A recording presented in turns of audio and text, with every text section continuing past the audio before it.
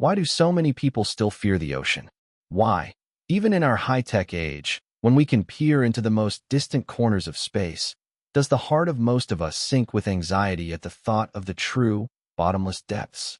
Perhaps this fear is not just a fear of drowning or getting lost. Maybe it's an ancient instinct whispering to us that we are not alone down there. And what if down there, at the very bottom, in eternal darkness and under crushing pressure, something greater is hiding? Not just a danger, but the very monster that legends have been woven about for centuries. A living embodiment of our primordial terror. Today, we are talking about the Kraken, a mythical monster that has become the ultimate symbol of fear of the sea's abyss. How much truth is in these stories? Why are tales of a giant sea monster dragging entire ships to the bottom told both in the cold waters of Norway and off the coasts of America, even though it seems no one has ever seen it?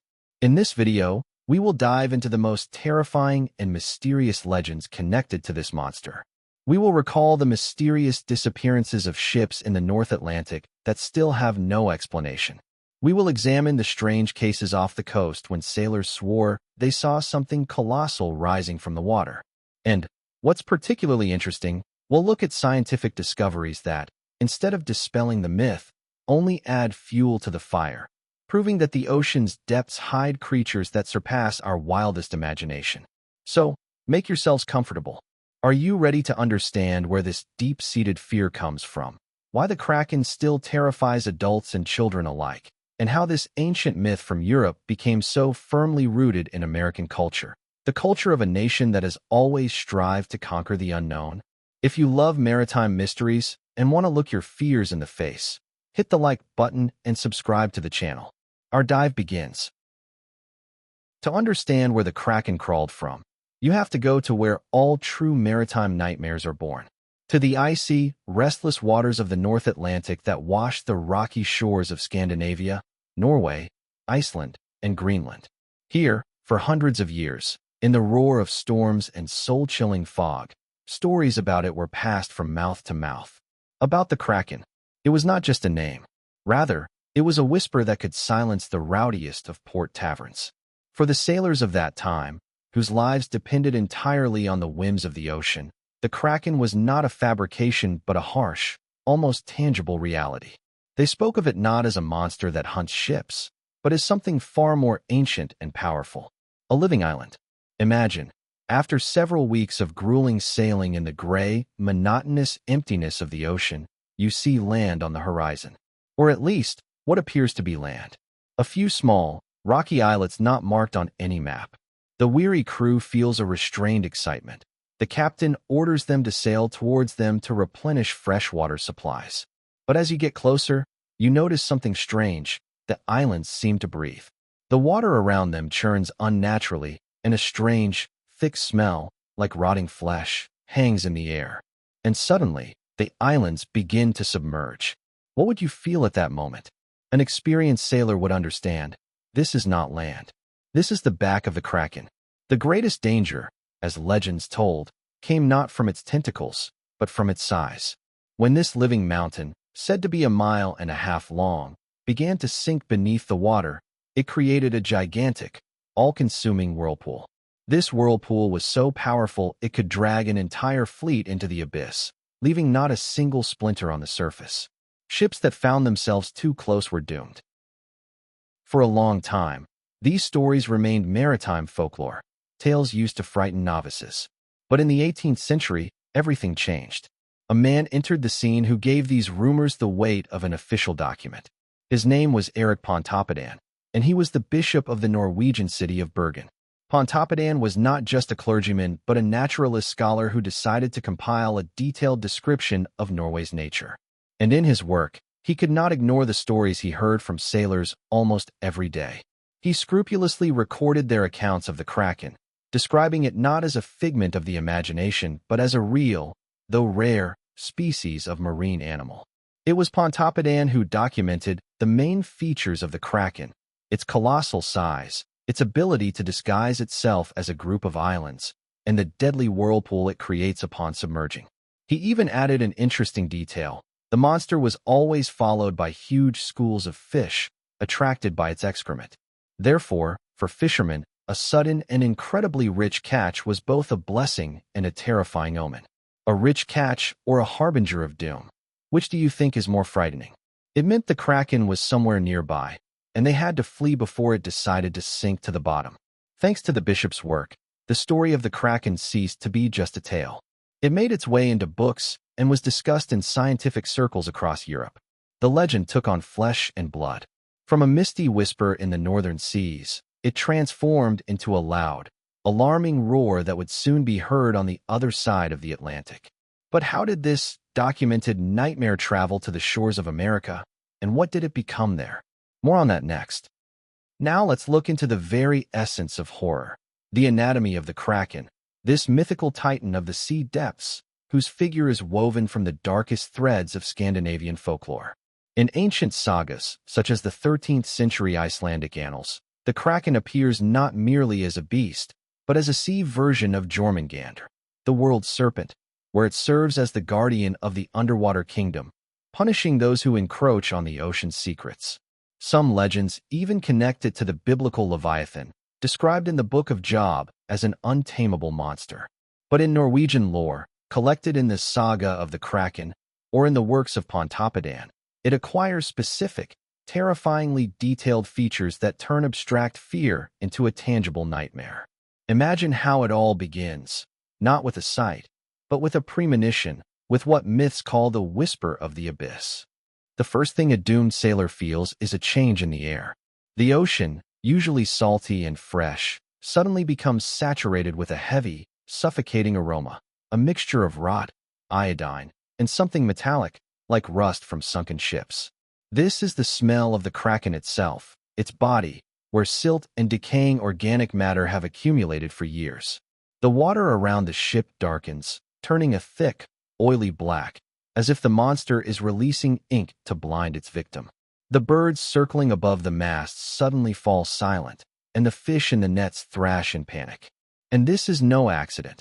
In the legends, the Kraken attracts schools of fish, using them as live bait to lure ships closer. And then it rises, the back of the Kraken, the heart of its anatomy. In Pontoppidan's myths, it is a living archipelago stretching for a mile and a half, a mountain of flesh easily mistaken for a cluster of rocks in the stormy haze.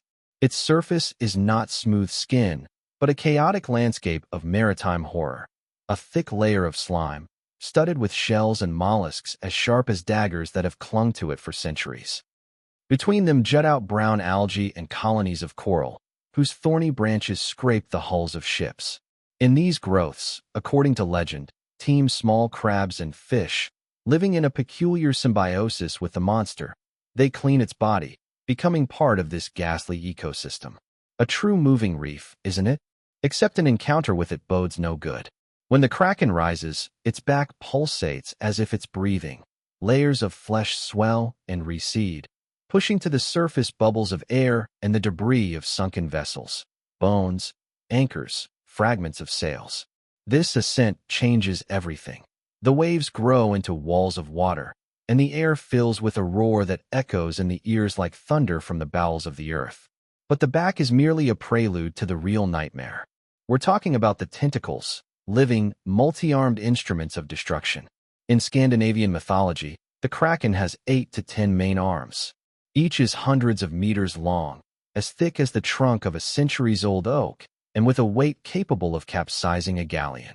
Their skin is rough, covered with scales and warts that glisten oilily in the water. In the air, however, it dries and makes a cracking sound like breaking ice.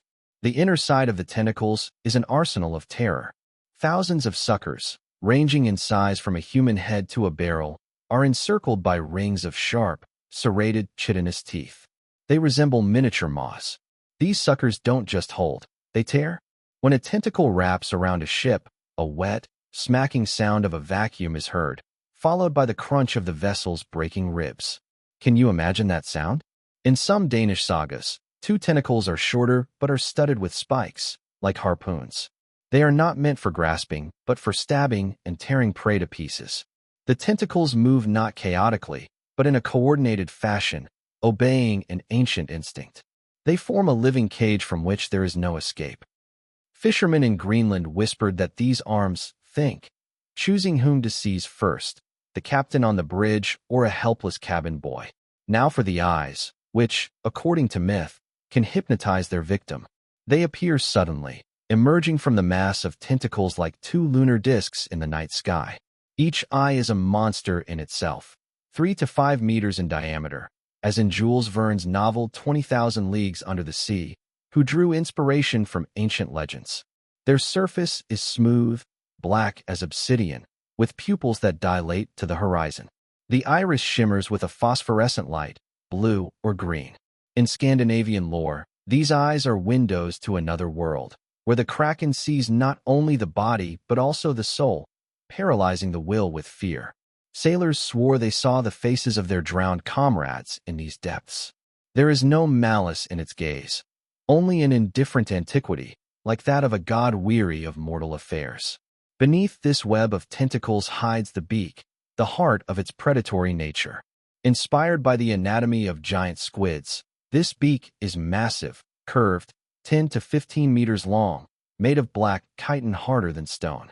It doesn't chew, it crushes. And it's certainly not for kissing. Legends say that after seizing a ship, the Kraken pulls it toward its beak, where the jaws clamp down with a force capable of snapping an anchor chain. Inside is a gullet lined with small teeth that grind everything: wood, metal, bones. In Norwegian sagas, the Kraken drinks the blood of its victims, absorbing it through its pores, a ritual reminiscent of the sacrifices of Scandinavian gods, like Odin. This beak is not just a mouth, but a portal to the abyss, where entire crews vanish without a trace. But the culmination of horror is not in the grip or the gaze, but in the retreat. Satisfied with the chaos, the Kraken submerges. Its body, this mountain of flesh weighing thousands of tons, sinks into the depths, creating a maelstrom. The legendary whirlpool celebrated in folklore as the maw of the ocean. In the sagas, it is a vortex a mile in diameter. It spins with the roar of a tempest, dragging everything into a black funnel where the pressure can crush even steel. The myths add a mystical touch. The whirlpool sings, a low, vibrating hum that turns into a howl, which, echoing in the bones, drives survivors to madness. Such is the complete anatomy of the Kraken, not just a monster, but a mythological archetype. In Scandinavian tradition, it is a son of chaos, a guardian of Ragnarok, a reminder that the sea is not our home but a realm where man is merely a fleeting guest. This legend, born in the mists of the fjords, will endure for centuries, feeding our nightmares and our eternal curiosity about the abyss. But how exactly did this northern terror cross the ocean and become an American legend? Let's trace its path across the turbulent waters of the Atlantic. This myth didn't just sail across the ocean. It adapted, absorbing the harsh reality of colonial America, where the sea was both a provider and an executioner.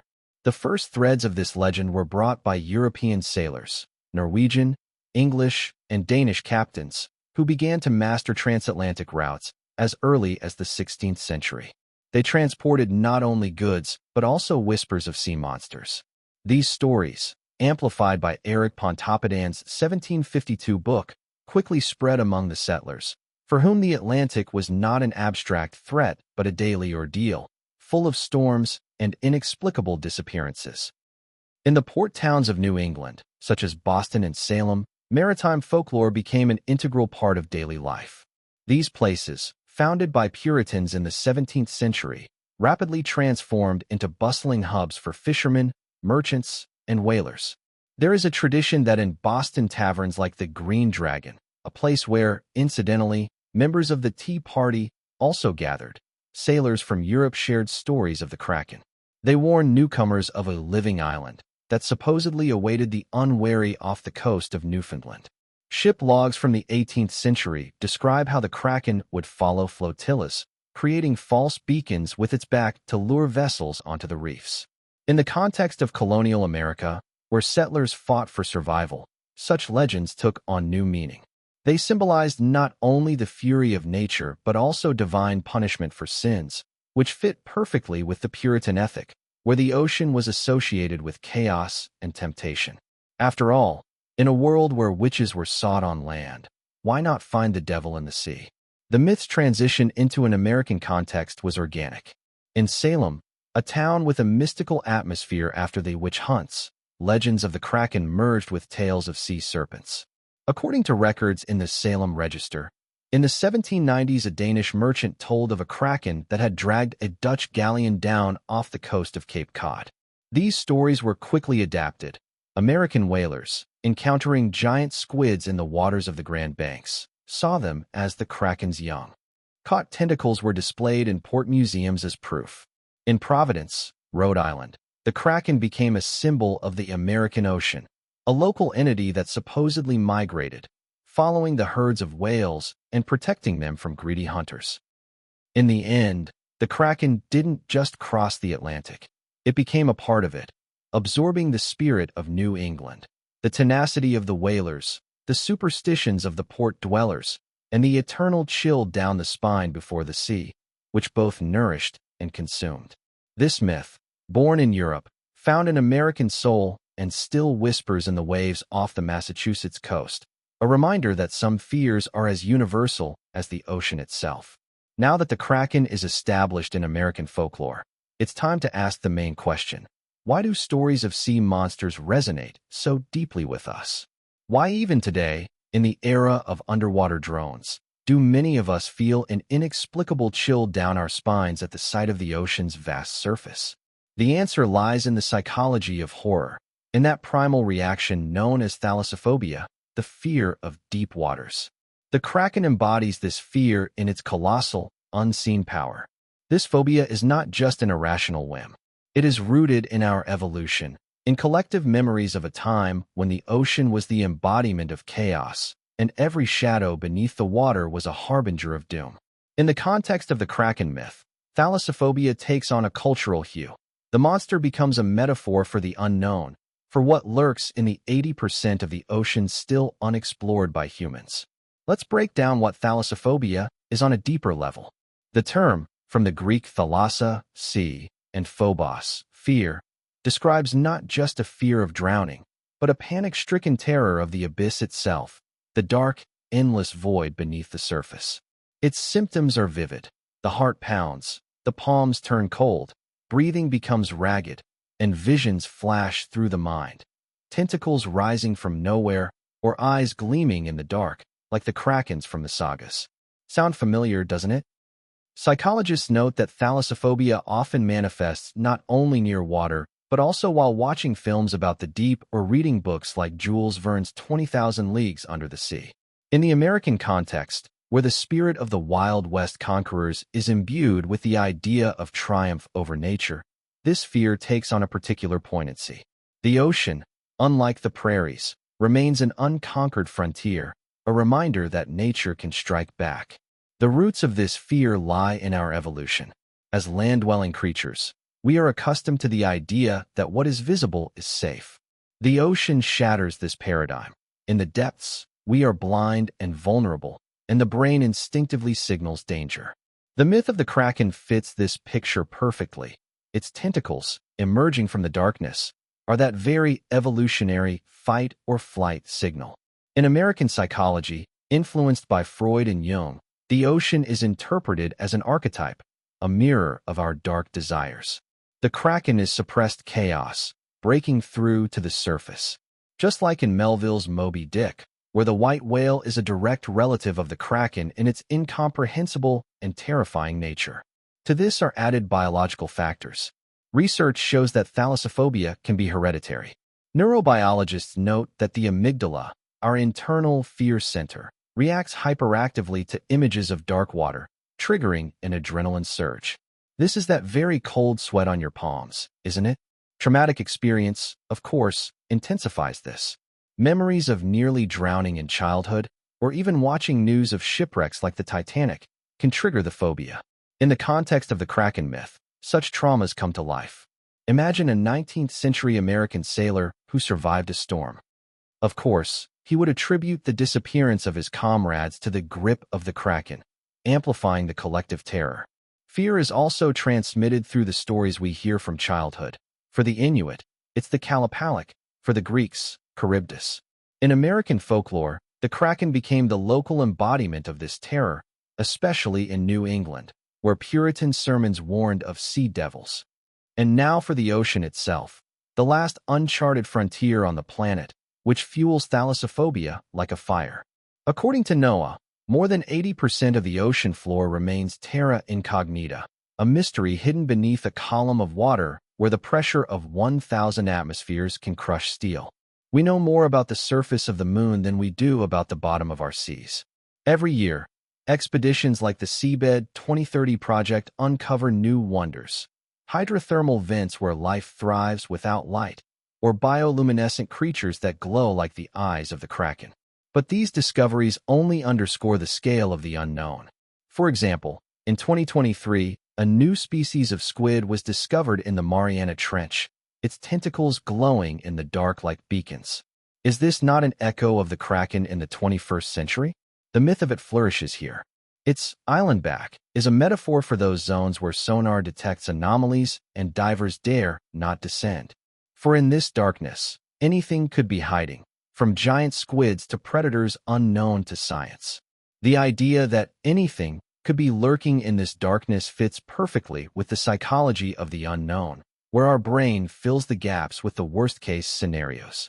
Carl Jung saw the ocean as an archetype of the collective unconscious, a mirror of our dark impulses, where the Kraken is suppressed chaos breaking through to the surface. Freudians would add, our egos simply cannot cope with the reality of the ocean, giving rise to existential dread, an acute sense of our own insignificance in the face of infinity. In the American consciousness, this resonates particularly strongly. A nation born from the idea of the frontier, where the conquest of wild nature is a central myth, sees the ocean as the final challenge. From the expeditions of Lewis and Clark to NASA's missions, American identity is built on the idea of triumph over the unknown. Mountains, prairies, space, all have been conquered. But the ocean still resists. The Kraken, as the American monster from Nantucket, symbolizes this struggle. In the literature of Melville or in films like Jaws, where the shark is a direct relative of the Kraken, the ocean is a wild nature that must be tamed but is always ready to strike back. This psychology of horror, fueled by the myth of the Kraken, explains why the ocean remains a source of endless stories. In the 80% of unexplored depths lie not only new species, perhaps the very giant cephalopods that inspired the legends, but also our own fears. The unknown as a mirror of the soul, where the Kraken is the eternal guardian, reminding us that the complete conquest of nature is an illusion. In American culture, which loves sagas of heroes defeating monsters, the Kraken becomes not just an enemy, but a stern teacher. The fear of the depths teaches respect for a world where 70% of the planet is ocean, our common, unexplored home, full of mysteries that we may never fully solve.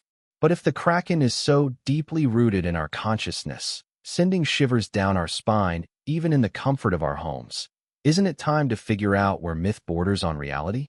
In the depths of the Atlantic and Pacific, where the pressure of water crushes steel and light fades like hope, dwell creatures that could be the direct descendants of Scandinavian legends. These are the giant and colossal squids, the ghostly guardians of the abyss. Their rare appearances on the surface, like flashes from the underworld, surely ignited the spark of the Kraken myth.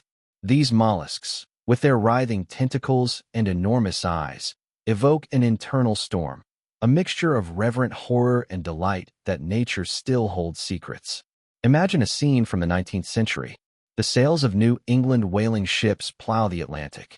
And then, a storm washes a gigantic tentacle onto the shores of Newfoundland or Cape Cod. Dozens of feet long, with suckers the size of a fist, studded with sharp hooks capable of piercing a wooden hull. These finds, described in ship logs, send a wave of fear, for such appendages whispered of something much larger, of a creature whose grip could drag a vessel into the maelstrom.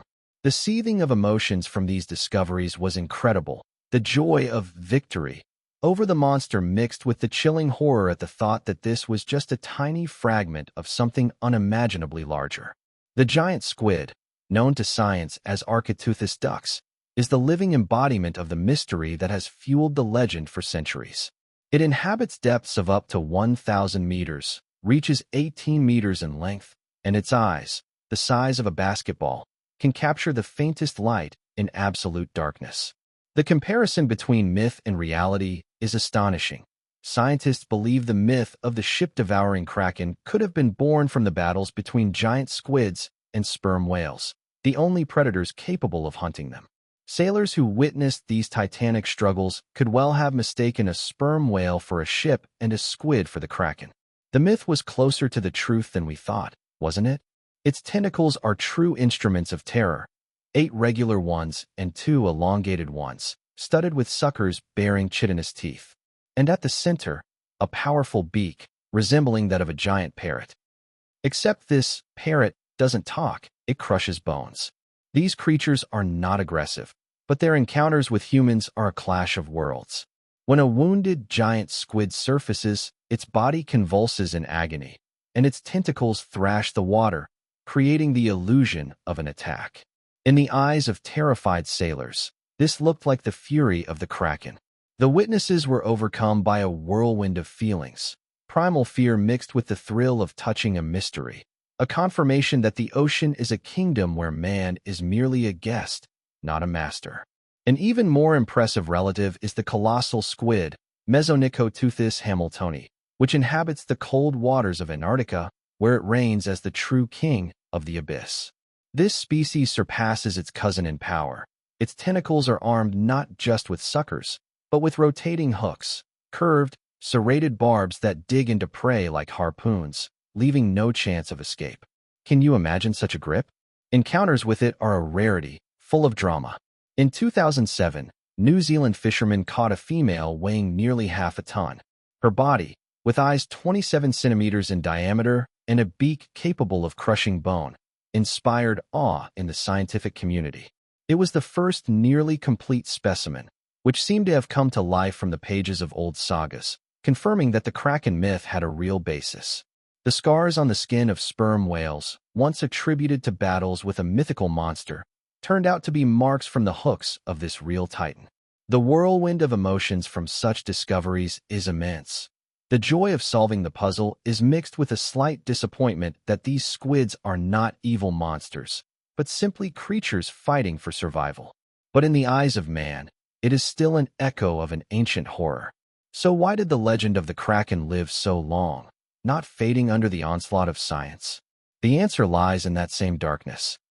The first photographs of a living giant squid were only obtained in 2004 off the coast of Japan. Before that moment, all knowledge was built on fragments, dried tentacles washed ashore in Iceland in the 1850s, or scraps from the stomachs of sperm whales. The very first video appeared only in 2012. Just think, we had already flown to space, but the first living giant of the deep was filmed only recently. This delay in discovery allowed the myth to flourish, feeding on human imagination. And behind all this lies the phenomenon of deep-sea gigantism, the mysterious magic of the ocean depths, where pressure, cold, and isolation transform ordinary creatures into titans.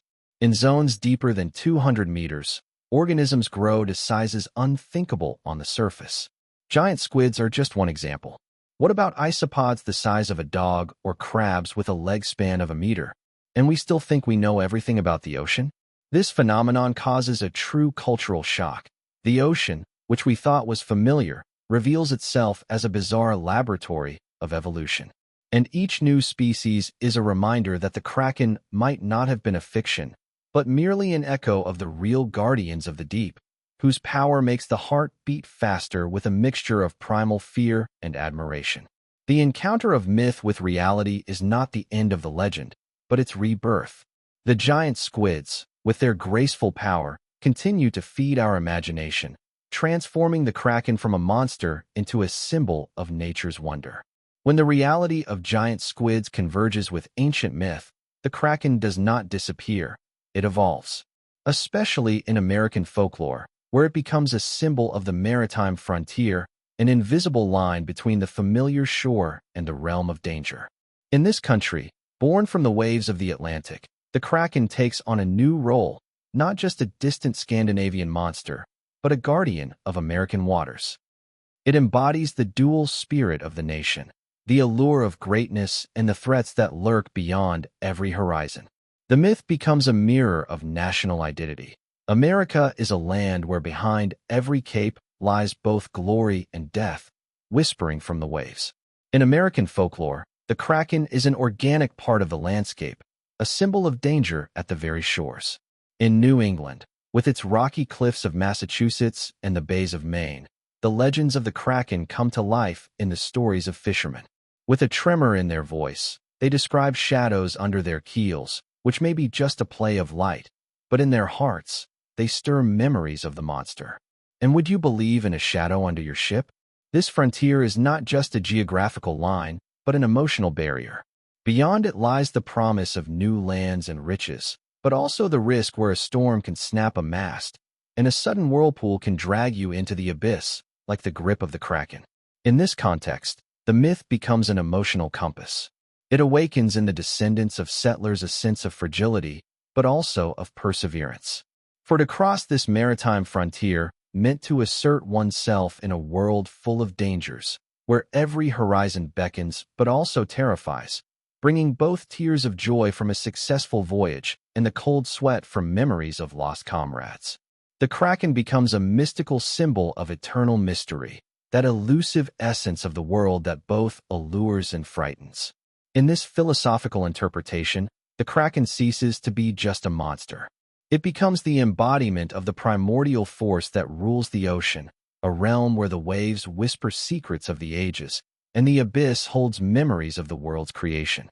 This evokes an internal vortex in the soul, a mixture of reverent admiration and a quiet melancholy at the realization that we, humans, will forever remain strangers in this majestic space. The ocean, covering 71% of the Earth's surface, is not just water but a living reminder that nature is stronger than our achievements. The Kraken, with its colossal tentacles, personifies this force, not malice, but an indifferent grandeur that makes the heart clench with the awareness of one's own smallness, yet also ignites the soul with a thirst to touch the unknown. But what does this symbol mean for America? In Melville's Moby Dick, the Kraken, in the form of the white whale, is the American dream, which beckons with wealth but drowns in chaos. And in films like Jaws, it is our subconscious fear of our own coastline, of the wild nature that we have never fully managed to tame. In an age of technology, when satellites scan continents and robots descend to the bottom of the Mariana Trench, the Kraken serves as a bitter yet inspiring reminder. We still know almost nothing about our own world. The ocean, the last frontier on the planet, remains an enigma, where 80% of its floor is terra incognita. This symbol of eternal mystery is deeply moving. It whispers of the fragility of human knowledge. Our boldest expeditions, from the Bathyscaphe Trieste to modern drones, only scratch the surface, leaving the abyss in shadow. There, the Kraken could lie in wait, not as a threat, but as a guardian of balance, a reminder that nature does not submit to our maps. And in this uncertainty, poetry is born, a quiet melody that evokes both a gentle sorrow for lost opportunities and a feverish wonder at the realization that the world is as infinite as the ocean and full of marvels. For people whose souls are steeped in the spirit of pioneers and dreamers, the Kraken embodies what they both fear and strive for, the great unknown. This duality makes their nation so dynamic and yet so vulnerable. In a country where the frontier, from the Appalachians to the Pacific Ocean, has always symbolized a breakthrough to the new, the Kraken becomes a philosophical mirror. It embodies the terror that the ocean can swallow ambitions just as tentacles swallow a ship. And at the same time, it is the passionate yearning for it, as for the last great adventure. This duality is deeply touching. Americans, descendants of those who crossed the Atlantic in search of freedom, see in the Kraken a reflection of their own identity. It is the fear of the unknown that paralyzes like the darkness under a keel. But it is also the call that beckons like the promise of treasures in the deep, giving rise to a quiet anxiety that the great unknown may prove stronger than any dream. In this symbolism, the Kraken ascends to the level of an eternal metaphor, not just a myth, but a philosophical lesson on the balance between control and humility. The ocean, with its storms and calms, teaches respect for nature. Have you ever felt it, standing on the shore? That very luminous sadness that we will never comprehend all mysteries, and the feverish admiration that this eternal enigma is what makes life full of meaning. It reminds us that in an age when we have conquered the sky and space, the ocean remains our closest, yet most distant neighbor. In its image, we see a reflection of our own soul, fear and aspiration, darkness and light. In this sense, the Kraken does not frighten. It inspires, whispering that in the unknown lies our true freedom. And so, we conclude this journey. The Kraken, born in the misty fjords of Scandinavian sagas, crossed the Atlantic to become part of the American nightmare, and then, a symbol of nature's eternal mystery. Its path shows how a myth evolves, absorbing the soul of a new land and becoming a mirror of our fears and dreams. And now, friends, a question for you. Would you dare to dive into the Kraken's abyss? What mysteries of the ocean intrigue you the most? Share your thoughts in the comments. Tell us your stories with the ocean or your most frightening dreams about the depths. Let's solve these riddles together. Don't forget to leave a like if the Kraken has captured your soul, and subscribe to the channel so you don't miss new dives into myths and mysteries. See you later.